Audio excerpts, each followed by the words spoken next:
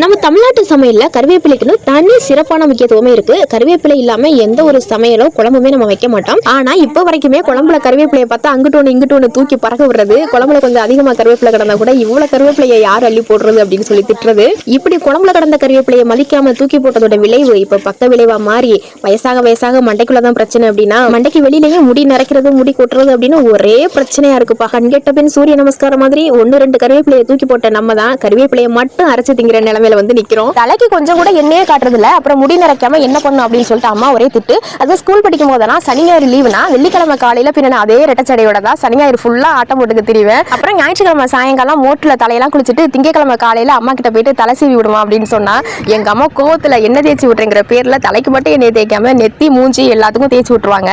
எங்க அம்மா தலை சீவி முடிக்கிறதுக்குள்ள ஒரு பெரிய சண்டையே போட்டுருவேன். இப்படி அம்மாவின் முயற்சியால் திங்கக்கிழமை மட்டுமாச்சு எண்ணெய் தேய்ச்சி வளர்த்த முடி காலேஜ் போனதுக்கு அப்புறம் அது தானும் தேய்க்கிறது இல்ல. காலப்போக்கில் முடி செம்பட்டையாகி தற்போது நன்றாக நரைத்து விட்டது. இன்னும் கொஞ்சம் நாள்ல எங்க அம்மாவுக்கு நான் அம்மாவா தெரிவேன் போல. அதான் இப்ப கொஞ்சம் நாளா கருவேப்பிலை ஜூஸ், கருவேப்பிலை துவையல், கருவேப்பிலை தொக்கு அப்படின்னு சொல்லிட்டு ஒரே கருவேப்பிலை வைத்தியத்துல இறங்கிட்டேன். கருவேப்பிலை நம்ம உடம்புக்கு முடிக்கும் எவ்வளவு நல்லதுன்னு நம்ம எல்லாருக்குமே தெரியும். ஐயோ கருவேப்பிலை தொக்கு செஞ்சு டப்பா போட்டு விற்க ஆரம்பிச்சிடுவேன் அப்படின்னு சொல்லிட்டு யாரும் பயந்துராதீங்க. அந்த அளவுக்குலாம் எனக்கு வழக்கம் கிடையாது. இதுவே எந்த லட்சணத்துல இருக்குன்னு சொல்லிட்டு சாப்பிட்டு பார்த்தா தான் தெரியும். சாப்பிட்டு பார்ப்போமா?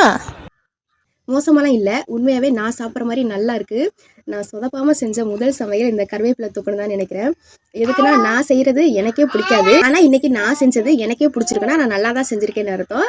எங்கள் அம்மா நான் என்ன செஞ்சாலும் சாப்பிட மாட்டாங்க, ஏன்னா அப்படி இருக்கும். ஆனால் நான் செஞ்ச கருவேப்பிலை தொக்கு மட்டும் சாப்பிட்டேன்னு சொன்னாங்க. எப்படி இருக்குன்னு சொல்லி கேட்போம். ஆமாம், எப்படிமா இருந்துச்சுண்ணா கருவேப்பிலை தொக்கு? இங்கே வந்து சொல்லுவேன். நல்லா இருந்துச்சா? எங்கள் அம்மாவே நல்லா இருக்குன்னு சொல்லிட்டாங்க அப்படின்னா நான் நல்லா தான் செஞ்சுருக்கேன்.